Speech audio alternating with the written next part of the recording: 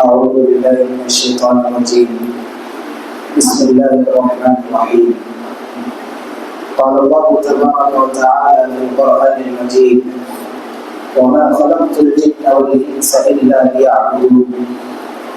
محترم سامعین کرام اور پردہ نشین خواتین اسلام، ابھی جو آیت کریمہ میں نے آپ لوگوں کے سامنے تلاوت کی ہے، اس آیت کریمہ کے اندر اللہ تبارک و تعالیٰ نے کہا کہ وَمَا خَلَقْتُ الْجِنَّ وَالْإِنسَ إِلَّا لِيَعْبُدُونَ، کہ میں نے جنات اور انسانوں کو محض اپنی عبادت کے لیے پیدا کیا۔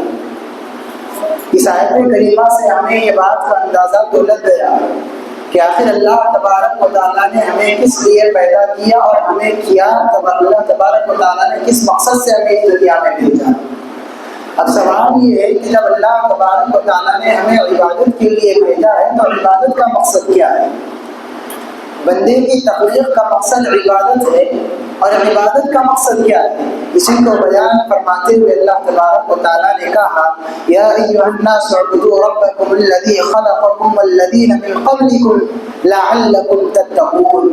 اللہ تبارک و تعالیٰ نے کہا کہ بندوں کی تخلیق کا مقصد تو عبادت ہے ہی ہے، لیکن عبادت کا مقصد کیا ہے؟ لعلکم تتقون، تاکہ بندہ تقوی اختیار کرنے والا بن جائے، بندے کے اندر تقوی آ جائے، پرہیزگاری آ جائے۔ حضرات آپ قرآن مجید کو اٹھا کر دیکھ لیجیے، اللہ تبارک و تعالیٰ نے ہر عبادت کے بعد تقوی کا ذکر کیا۔ نماز کے بعد تقوی کا ذکر، روزے کے بعد تقوی کا ذکر، زکوٰۃ کے بعد تقوی کا ذکر، تلاوت کے بعد تقوی کا ذکر، تلاوت قرآن مجید کے بعد تقوی کا ذکر، ذکر و اذکار کے بعد تقوی کا ذکر، قربانی کے بعد تقوی کا ذکر۔ ہر عبادت کے بعد اللہ تبارک و تعالیٰ نے تقوی کا ذکر کیا۔ گویا اللہ تبارک و تعالیٰ نے یہ بات بتلا ہے اگر آپ نماز پڑھ رہے ہیں، آپ کی زندگی میں تقوی نہیں آ رہا تو آپ کی نماز نہیں۔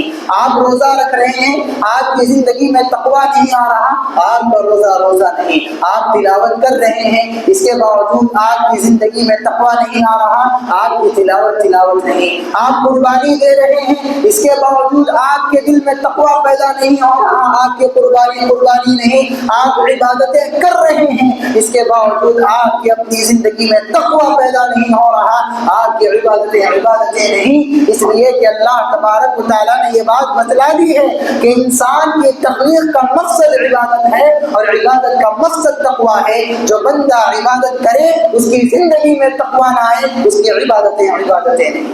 حضرات جب کبھی تقوی کا لفظ آتا ہے تو اردو زبان میں اس کا ترجمہ کچھ اس طرح کیا جاتا ہے کہ تقوی کا مطلب ہے ڈرنا، اللہ سے ڈرنا۔ میں بھی مانتا ہوں کہ تقوی کا مطلب اللہ سے ڈرنا ضرور ہے، لیکن یہ تقوی کے معنوں میں سے ایک معنی ہے، اور میری اس بات پر کسی کو اعتراض بھی نہیں ہونا چاہیے۔ کیوں؟ اس لیے کہ یہ اللہ تبارک و تعالیٰ کے شان ہی نہیں ہے کہ وہ اپنے بندوں کو ڈرا کر اپنی عبادت کرائے۔ یہ اللہ تبارک و تعالیٰ کے لیے زیب ہی نہیں دیتا کہ وہ اپنے بندوں کو ڈرا کر اپنی عبادت کرائے۔ تو آخر تقوی کا مطلب کیا ہے؟ تقوی کا لفظ یہ تقوی کسے کہتے ہیں؟ آئیے ہم اس تقوی کے لفظ کے مفہوم کو حضرت امیر المؤمنین عمر بن خطاب رضی اللہ عنہ کے اس واقعے سے سمجھنے کی کوشش کرتے ہیں کہ امیر المؤمنین حضرت عمر فاروق رضی اللہ عنہ کے مجلس شورا میں یہ بات نکلی تھی کہ آخر تقوی کسے کہتے ہیں۔ سارے صحابہ نے اپنی رائے دی، سارے صحابہ نے اپنا مشورہ دیا۔ ابی بن کعب رضی اللہ عنہ جو ایک انصاری صحابی تھے، جن کے بارے میں پیارے نبی صلی اللہ علیہ وسلم نے کہا اقرؤوا ابی بن کعب، میرے صحابہ میں اگر قرآن مجید کا سب سے زیادہ علم اگر کسی کو ہے تو وہ ابی بن کعب کو۔ وہ بیٹھے ہوئے خاموش سن رہے تھے۔ حضرت عمر فاروق رضی اللہ عنہ نے دیکھا کہ ابی خاموش بیٹھے ہوئے ہیں، گئے ابی بن کعب کے پاس جا کر کہنے لگے اے ابی آپ بتائیے، آپ کیوں خاموش بیٹھے ہوئے؟ آپ بتائیے تقوی کسے کہتے ہیں؟ تو اس وقت حضرت ابی بن کعب رضی اللہ عنہ نے تقوی کا بڑا ہی پیارا انٹروڈکشن دیا، تقوی کا بڑا ہی پیارا تعارف کرایا۔ کہنے لگے اے امیر المؤمنین مجھے بتلائیے کہ اگر آپ کو کسی ایسے راستے سے گزرنا پڑے کہ جس راستے میں بڑی سی بڑی گھاس، کانٹے دار درخت، تنگ راستہ، اور آپ کے پاس سواری بھی موجود نہ ہو تو آپ کیسے گزریں گے؟ اس وقت امیر المؤمنین حضرت عمر فاروق رضی اللہ عنہ کہنے لگے اے ابی راستہ ایسا ہو کہ جس راستے میں بڑی سی بڑی گھاس، کانٹے دار درخت اور تنگ راستہ اور میرے پاس سواری بھی موجود رہا تب تو میں بڑے احتیاط کے ساتھ گزروں گا۔ کیوں؟ اس لیے کہ کہیں سانپ کنڈلی مار کر نہ بیٹھا ہو کہ میرا پیر جا کر سانپ پر پڑ جائے، یا پھر کسی موذی جانور کے بل میں میرا پیر نہ گھس جائے، یا پھر میرا کپڑا کسی کانٹے دار درخت سے الجھ نہ جائے۔ اسی لیے میں اس راستے سے بڑے احتیاط کے ساتھ گزروں گا۔ اس وقت ابی بن کعب رضی اللہ عنہ نے کہا اے امیر المؤمنین اسی احتیاط کے ساتھ زندگی گزارنے کا نام تقویٰ ہے، اسی احتیاط کے ساتھ زندگی گزارنے کا نام تقویٰ ہے۔ یہ دنیا جہاں قدم قدم پر شیطان نے چیلنجز بھرے رکھے ہیں، یہ دنیا جہاں قدم قدم پر شیطان نے جال بچھا رکھی ہے، یہ دنیا جہاں قدم قدم پر شیطان نے گناہوں کو مزین کر رکھا ہے، یہ دنیا جہاں قدم قدم پر شیطان نے برائیوں کو عام کر رکھا ہے، یہ دنیا جہاں قدم قدم پر شیطان نے فتنوں کو پھیلا رکھا ہے، ایسے دور میں ایسے راستے میں شیطان کے اس پرخطر راہ میں بڑے احتیاط کے ساتھ پھونک کر قدم رکھنا، یہ ہے اصل تقویٰ۔ ذرا ایسا تقویٰ اگر انسان کی زندگی میں آ جائے نا تو اس انسان کے زندگی کی دل کی کیفیت بدل جاتی ہے، اس انسان کے دل کی کیفیت تبدیل ہو جاتی ہے، اور اس انسان کے دل میں صفت فرقانی پیدا ہو جاتی ہے۔ وہ ایک دوسرے میں تمیز کرنے لگتا ہے، حلال و حرام میں تمیز، جائز اور ناجائز میں تمیز، صحیح اور غلط میں تمیز، خبیث اور اچھائی میں تمیز۔ انسان جب ایسا تمیز کرنے لگ جائے تو ایسے انسان کے ظاہری و باطنی زندگی سے تقوی کے اثرات عیاں اور بیان نظر آنے لگتے ہیں۔ اور جس انسان کے اندر ایسا تقوی آ جائے کہ ہر حلال و حرام، جائز و ناجائز، صحیح اور غلط میں تمیز کرنے لگ جائے، اور جب ایسا انسان معاشرے میں چلنے پھرنے لگے تو گویا وہ انسان اللہ کے دین کی نمائندگی کر رہا ہے، اور اس انسان کے ہر معاملے سے دینداری ظاہر ہونے لگے گی، اس کی گفتگو سے، اس کے معاملات سے، اس کی تجارت سے، اس کے لین دین سے، اس کے کاروبار سے، اس کی گفتگو سے، بلکہ الغرض سارے کے سارے انسان سے دینداری ظاہر ہونے لگے گی، جس کی کمی کی وجہ سے آج مسلمانوں نے اپنی شناخت کھو بیٹھے ہیں، اور آج مسلمان دور حاضر میں اپنی ایک الگ ہی پہچان بنا رکھے ہیں۔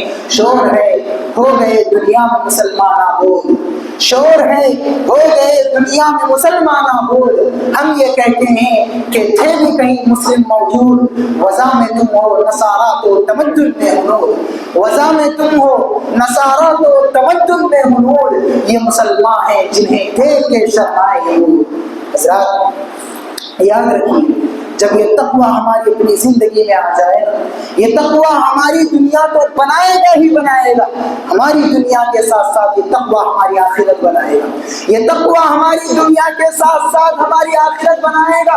یہ دنیا جسے ایک نہ ایک دن چھوڑ کر جانا ہے، کل قیامت کا دن ہوگا جہاں چاروں طرف آگ ہی آگ ہوگی۔ قیامت کے دن جب پل صراط کے راستے کو رکھا جائے گا، ہم اپنی آنکھوں سے دیکھ رہے ہوں گے ایک ایک انسان، گناہگار انسان جب پل صراط کے راستے پر قدم رکھے گا کٹ کر جہنم میں گر رہا ہوگا۔ اس وقت اگر پل صراط کے راستے سے بڑی آسانی کے ساتھ اگر کوئی انسان گزر سکے گا تو وہی یہی انسان ہوگا جس نے اپنی زندگی میں تقویٰ اور پرہیزگاری اختیار کی ہوگی۔ تو حضرات یاد رکھیے یہ تقویٰ ہماری دنیا کے ساتھ ساتھ ہماری آخرت بھی سنوار سکتا ہے۔ اور میں اور آپ جانتے ہیں، ابھی میں نے بتلایا کہ اللہ تبارک و تعالیٰ نے ہر عبادت کے مقصد کو تقوی کو بتایا ہے، اور یہ رمضان کا مہینہ اپنے اختتام کے دہانے پر کھڑا ہے، اور اللہ تبارک و تعالیٰ نے رمضان کے روزوں کی فرضیت کے وقت اعلان کر دیا تھا، یا ایھا الذین آمنوا کتب علیکم الصیام کما کتب علی الذین من قبلکم لعلکم تتقون۔ یہ روزوں کی فرضیت جو ہم پر ہوئی ہے، یہ روزے جو اللہ نے ہم پر فرض کر رکھے ہیں، اس کی واحد وجہ یہ ہے کہ ہماری اپنی زندگی میں تقویٰ آ جائے، ہماری اپنی زندگی میں پرہیزگاری آ جائے،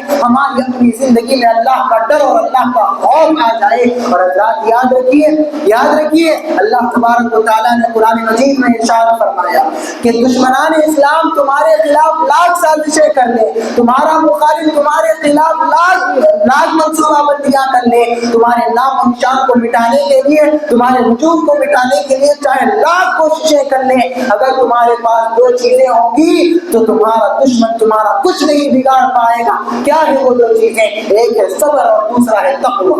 ایک ہے صبر اور دوسرا ہے تقویٰ. کہا اللہ تبارک و تعالیٰ نے ان تصبروا وتتقوا لعلهم يضركم كيدهم شيئا. اللہ تبارک و تعالیٰ نے کہا اگر صبر اور تقویٰ تمہاری زندگی میں ہوگا تو تمہارا دشمن تمہارا کچھ نہیں بگاڑ پائے گا. تو لہذا حضرات ضرورت اس بات کی ہے کہ جس طرح سے ہم نے رمضان کے مہینے میں ہمارے اپنی دلوں کو اللہ کی عبادت سے لبریز کیا, ہمارے اپنے دلوں کو تقوی سے لبریز کیا, ہمارے اپنی زندگی کو تقوی اور پرہیزگاری سے لبریز کیا, بالکل اسی کو ہمیں چاہیے کہ ہم بقیہ سال کے 11 مہینے بھی برقرار رکھنے کی کوشش کریں, ورنہ یہ ہماری عبادتیں, ہماری ریاضتیں, ہماری جد و جہد, ہمارا قیام اللیل, ہمارا صیام, یہ ہمارے کچھ کام نہیں آئے گا. دعا ہے رب العالمین سے کہ اللہ تبارک و تعالی ہم تمام کو اس رمضان کی طرح سارے مہینے زندگی گزارنے کی توفیق عطا فرمائے اور ہماری زندگیوں میں تقویٰ اور پرہیزگاری عطا فرمائے. آمین ثم آمین. وآخر دعوانا